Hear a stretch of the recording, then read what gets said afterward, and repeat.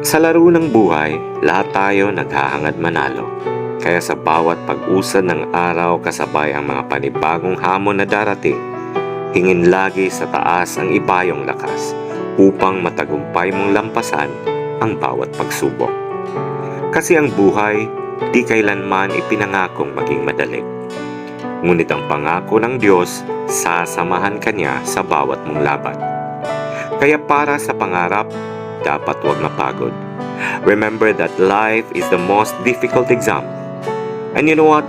Many people fail because they try to copy others without realizing that everyone has a different test paper.